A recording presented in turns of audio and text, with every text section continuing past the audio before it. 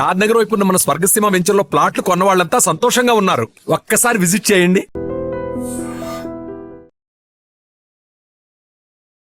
Operation Sindoor జరిగిన తర్వాత బోల్డ్ అన్ని డౌట్స్ ని వెల్లడిస్తున్నాయి అటు పాకిస్తాన్ ఇటు చైనా. అక్కడ ఫైటర్ జెట్లకి ఎలాంటి నష్టం జరిగింది, భారతదేశం ప్రయోగించినటువంటి రఫేల్ ని మేము కూల్చేసాము అని పాకిస్తాన్ చెప్తుంటే చైనా కూడా అదే వాదనని వినిపిస్తోంది. At the same time Lashkar-e Taiba commander Hafiz సయీద్ని మేము అప్పగిస్తాము అనేటువంటి మాట ఎందుకని బిలావల్ భుట్టో ఇప్పుడు చేస్తున్నారు. ఓవరాల్గా అటు టెర్రరిజంతో పాటుగా ఇటు ఆయుధాలు వీటన్నిటికీ సంబంధించి ఏం జరుగుతోంది, వాటిని మనం ఎలా అర్థం చేసుకోవాలి.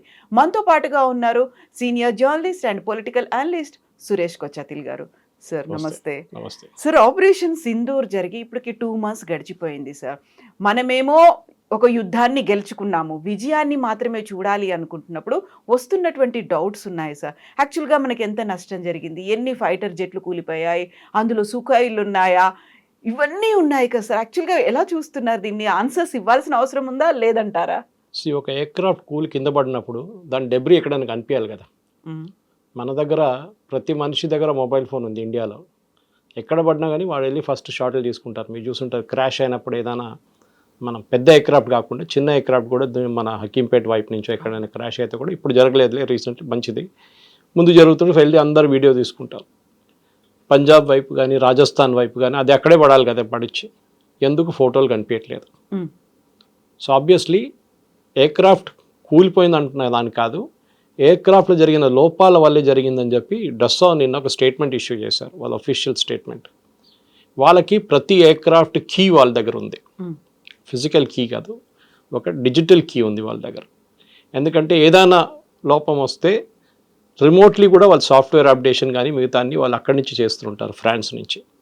ఇప్పుడు మనం చూసాం, మన F-35 తీసుకొచ్చారు, ల్యాండ్ చేయించారు ట్రివాండ్రంలో, ఫ్యూయల్ అని చెప్పారు, దాని తర్వాత హైడ్రాలిక్ ఇష్యూ అని చెప్పారు. లాస్ట్ ఇప్పుడు 25 రోజుల తర్వాత 22 రోజుల తర్వాత దాన్ని ఇప్పుడు హ్యాంగర్లో తీసుకెళ్ళి రిపేర్ చేయడానికి బ్రిటిష్ టెక్నీషియన్స్ అందరు వచ్చారు. ఇట్లాంటి సాఫిస్టికేటెడ్ ఎయిర్క్రాఫ్ట్, అది సుఖాయ్ ఉండొచ్చు, పాత జాగ్వార్ ఉండొచ్చు, ఇప్పుడు కూడా మన దగ్గర జాగ్వార్ ఉంది, అది పాత డసా వాళ్ళు తయారు చేసింది అది కూడా. అండ్ దెన్ ఇప్పుడు కొత్త ఉన్న వెర్షన్ రఫాల్ ఉంది మన దగ్గర. ఎయిర్క్రాఫ్ట్లో ఎప్పుడు ఏం జరుగుతుందంటే, ఇప్పుడు జరిగిన దాంట్లో కూడా చాలా క్లియర్గా ఏం చెప్తాం, ఒక ఎయిర్క్రాఫ్ట్కి ఏదో డ్యామేజ్ జరిగింది, వాళ్ళు యూజ్ చేసిన వర్డ్ ఫ్యాక్టరీసైడ్. ఫ్యాక్టరీసైడ్ అంటే ఫ్యామిలీ కూడా ఒకరొకరిని చంపినప్పుడు ఫ్యాక్టరీసైడ్ అంటారు, నాన్నగారు అబ్బాయి ఆ నాన్నగారిని చంపినప్పుడు ఫ్యాక్టరీసైడ్ అంటారు దాన్ని. At the same time army పార్లెన్స్లో ఫ్రెండ్లీ ఫైర్ అంటారు దాన్ని.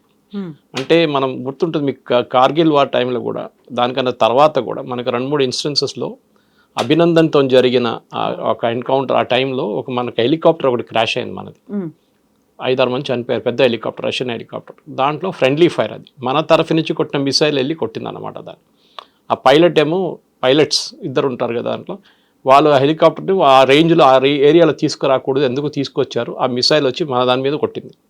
ఎందుకంటే మిసైల్స్ అనేది హీట్ సీకింగ్ మిసైల్స్ ఉంటుంది, ఒకసారి ఫైర్ చేసినప్పుడు మిసైల్స్ ఏదైనా హీట్ సీకింగ్ ఇంజిన్ ఏదైనా ఉంటే దాన్ని ఎంట పడుతుంది అనమాట.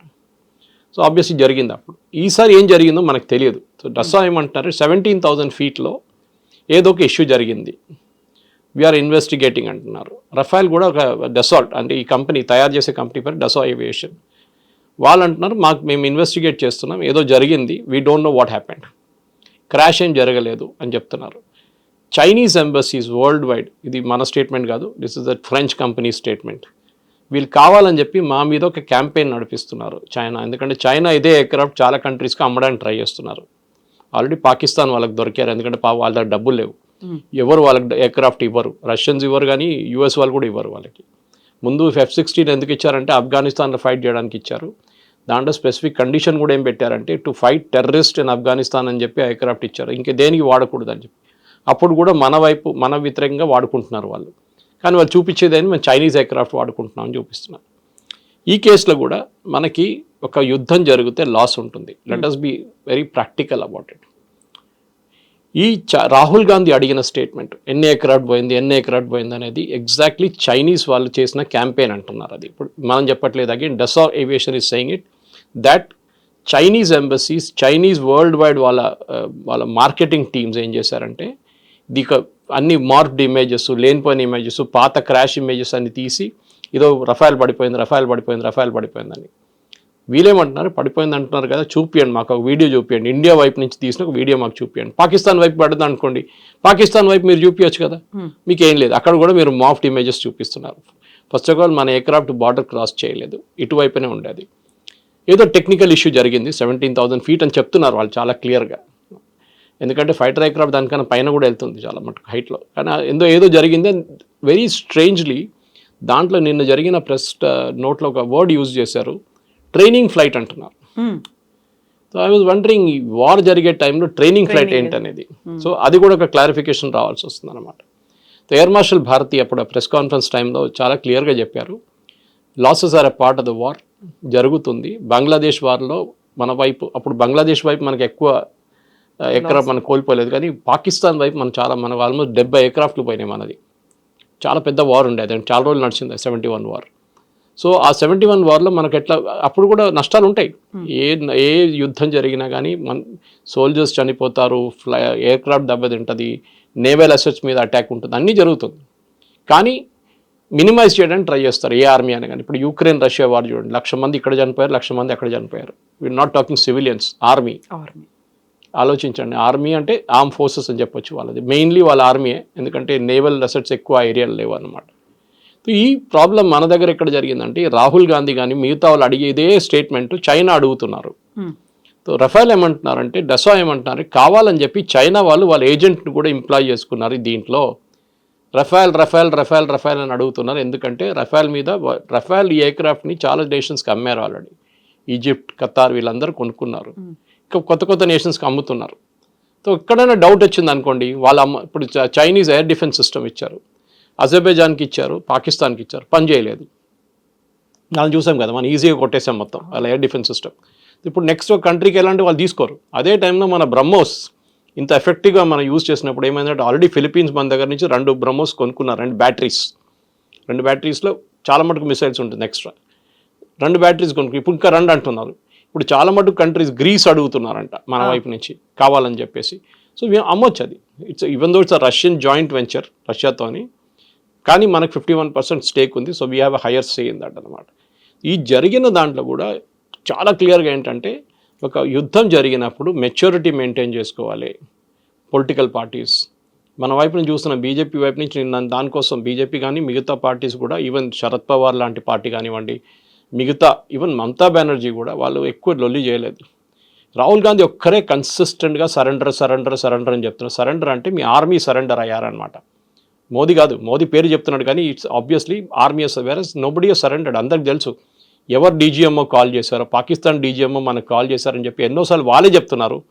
మా నూర్ఖాన్ ఎయిర్ బేస్ మొత్తం పోయిందని వాళ్ళే చెప్తున్నారు. 4 F-16 పోయింది అంటున్నారు, వాళ్ళకి అవాక్స్ పోయింది అంటున్నారు వాళ్ళు. ఇదంతా వాళ్ళు ఇచ్చిన స్టేట్మెంట్సే. బ్రహ్మోస్ కొట్టినప్పుడు మాకు 30 సెకండ్లే ఉండే రియాక్ట్ చేయడానికి అని చెప్పారు. చెప్పిన తర్వాత కూడా మన వైపు నుంచి రాహుల్ గాంధీ కన్సిస్టెంట్గా అటాక్ చేస్తున్నా అర్థం కావట్లేదు. ఇప్పుడు అర్థమైంది. ఎందుకంటే చైనీస్ వాళ్ళు ఉపయోగించిన one of the agents of China was Rahul Gandhi obviously. ఎందుకంటే చాలా క్లియర్గా తెలిసిపోయింది that he was asking the same information with Chinese were asking. Chinese వాళ్ళు అడుగుతున్న అదే ఇన్ఫర్మేషన్ రాహుల్ గాంధీ ఎక్కడ పడ్డది చెప్పండి మాకు, అప్పుడు తెలిసిపోతుంది కదా చెప్తే. కానీ చెప్పరు మన వాళ్ళు. ఏ జరిగినా కానీ ఆర్మీలో, ఎయిర్ ఫోర్స్లో అన్లెస్ పబ్లిక్ ఏరియాలో వచ్చి పడింది అనుకోండి, అప్పుడు they will give a statement. కానీ పబ్లిక్ ఏరియాలో ఎక్కడ ఏం పడలేదు. ఆ ఎయిర్క్రాఫ్ట్ పాసిబ్లీ తిరిగి వస్తున్నప్పుడు రన్వేలో దిగిందో లేదో, ఏదో డ్యామేజ్ అయిందో ఏదో అయి ఉంటుంది. సో దానికోసం Rafale says 1 aircraft is out of service. వాళ్ళు యూజ్ చేసిన వర్డ్ అది, out of service. So if it is right of simple. Otherwise వాళ్ళు రీప్లేస్ చేస్తారంటే దాన్ని రీప్లేస్ చేస్తారు రేపు. ఇది మన కారు కొనేటప్పుడు ఉంటుంది, ఒక సంవత్సరం లోపల పని చేయకపోతే మొత్తం చాలా పెద్ద ప్రాబ్లం ఉంటే దాన్ని మెయింటెనెన్స్ చేయకపోతే దాన్ని రిటర్న్ చేసిస్తారు. ఇప్పుడు మనం చూసాం ట్రివాండ్రంలో వచ్చిన ఎయిర్క్రాఫ్ట్ కూడా అదే. ఫస్ట్ వాళ్ళు ఏమన్నారు, లో ఫ్యూయల్ అన్నారు. లో ఫ్యూయల్ తర్వాత చూస్తే హైడ్రాలిక్ అన్నారు. హైడ్రాలిక్ కోసం వాళ్ళ HMS ప్రిన్స్ ఆఫ్ వేల్స్ నుంచి ఒక హెలికాప్టర్ క్రూని తీసుకొచ్చారు. వాళ్ళు ట్రై చేస్తారు, వాళ్ళతో కాలేదు. మళ్ళీ వాళ్ళు రిటర్న్ వెళ్ళిపోయారు. మళ్ళీ కొత్త టీం మొన్న వచ్చారు, ఒక 40 మంది వచ్చారు వాళ్ళు రిపేర్ చేయడానికి. సో ఇదేదో చిన్న ఎయిర్క్రాఫ్ట్ కాదు. ఇదే కార్ రిపేర్ చేయడమో లేకుంటే ఒక 2-wheeler రిపేర్ చేయడం కాదు. ఇది $100 million ఎయిర్క్రాఫ్ట్ అంటే ఆలోచించండి దాని యాక్చువల్ రేట్ ఎంత ఉంటుంది మన ఇండియన్ కరెన్సీలో. సో ఆబ్వియస్లీ దీన్ని ఒక మెచ్యూర్ వేగా డీల్ చేయాల్సి వస్తుంది. ఇజ్రాయెల్లో చూడండి, ఇజ్రాయెల్లో వాళ్ళు ఇంతమంది ఇవాళ కూడా వాళ్ళు 4 సోల్జర్స్ని కోల్పోయారు, 5 ఇవాళ. యంగ్ పీపుల్ 19-20 సంవత్సరాల ఉన్న సోల్జర్స్ గాజాలో. సో వాళ్ళు అడగరు, వాళ్ళ అపోజిషన్ పార్టీస్ అడగరు ఎక్కడ పడ్డారు అది చెప్పండి, మాకు ఎక్కడ పడ్డది ఇక్కడ చెప్పండి. మిసైల్స్ వచ్చి వాళ్ళ మీద కూడా పడ్డది కదా, హైఫాలో పడ్డది, టెలవీవ్లో పడ్డది, కానీ వాళ్ళు రియాక్ట్ కాలేదు. వాళ్ళు పాజిటివ్గా రియాక్ట్ అయ్యారు, సరే పడ్డది, డ్యామేజ్ అయింది, we're taking care of it, finished, matter ends. ఇక్కడ అది కాదు, మాకు ఎన్ని ఎయిర్క్రాఫ్ట్ పోయింది చెప్పండి, ఎన్ని ఎయిర్క్రాఫ్ట్ పోయింది, స్పెసిఫిక్గా ఎయిర్క్రాఫ్ట్ ఒక్కటే అడుగుతున్నారు. పాకిస్తాన్ వైపు ఎన్ని పోయిందని అడగట్లేదు మన వాళ్ళు. రాహుల్ గాంధీ కానీ మిగతా కొన్ని ఆపోజిషన్ పార్టీ వాళ్ళు పాకిస్తాన్ది ఎన్ని ఎయిర్క్రాఫ్ట్ పోయింది మాకు చెప్పండి అని చెప్తే మేము మళ్ళీ అదొక ఇంకొక లాజిక్ ఉంటుంది దానికి, అది లేదు. Anyway as of now డసా is taking care of it. మన ఎయిర్ ఫోర్స్ అయితే మాట్లాడరు దాని గురించి. సింధూర్ కూడా అయిపోయింది, కానీ పాకిస్తాన్ వైపు నుంచి ఇంకా స్టేట్మెంట్లు వస్తూనే ఉన్నాయి. మా వైపు జరిగింది ఇది, రఫాల్ మాది బ్రహ్మోస్ కొడితే మాకు 30 సెకండ్లో ఉండే అని చెప్తున్నారు. అది కాకుండా నూర్ఖాన్ ఎయిర్ బేస్ కానివ్వండి, జకోబాబాద్ కానివ్వండి, మిగతా ఎయిర్ ఫోర్స్ బేస్ మీద జరిగిన వాళ్ళ డ్యామేజ్ కూడా మొన్న 3 రోజుల క్రితం ఒక ఫార్మర్ సీనియర్ సిఐఏ ఏజెంట్ ఏం చెప్పారంటే దట్ వాళ్ళ న్యూక్లియర్ వెపన్స్కి ఒక అమెరికన్ జనరల్ దగ్గర ఉందంట, who is స్టేషన్డ్ in Islamabad. So Pakistan cannot operate, వాళ్ళ న్యూక్లియర్ బటన్ వాళ్ళు ఆపరేట్ చేయలేరు వితౌట్ అమెరికన్ పర్మిషన్ కూడా కాదు, వాళ్ళు కీ ఆపరేట్ చేస్తేనే ఇది న్యూక్లియర్ మిసైల్స్ రిలీజ్ చేయొచ్చు. అది అమెరికా అక్కడ వచ్చి కూర్చున్నారు వాళ్ళు. ఎందుకంటే వాళ్ళకి భయం ఏంటంటే ఈ తాలిబాన్ చేతులను, లేకుంటే అల్ఖైదా చేతులను, లేకుంటే ఐసిస్ చేతులు ఢిల్లీ పడిపోతే న్యూక్లియర్ వెపన్ రేపు వాళ్ళు తీసుకొచ్చి వాషింగ్టన్ మీద వాడేస్తారు, లేకుంటే న్యూయార్క్ మీద వాడేస్తారు. అది కాకూడదని చెప్పి చేస్తున్నారు.